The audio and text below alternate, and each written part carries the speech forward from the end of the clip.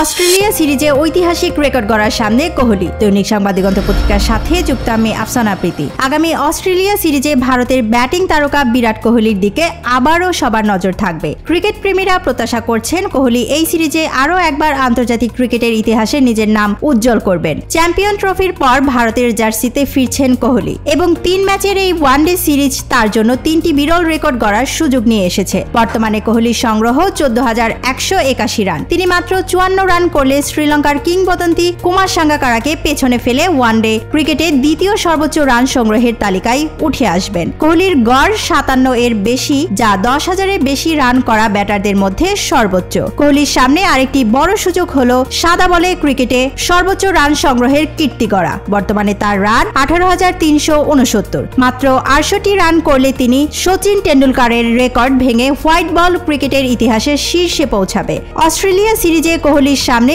আরও এক অনন্য কীর্তি রয়েছে। এখন পর্যন্ত তিনি ওয়ানডেতে ১,৩২৫টি ৪ এবং ১৫২টি ৬ মেরেছেন। মোট ১,৪৭৭ বাউন্ডারি। মাত্র ২৩টি বাউন্ডারি মারলেই কোহলি ১৫০০ বাউন্ডারির ক্লাবে নাম লিখাবেন। এর আগে এই কীর্তি গড়েছেন শুধুমাত্র সচিন টেন্ডুলকার ও সোনাত জয়াসুরিয়া।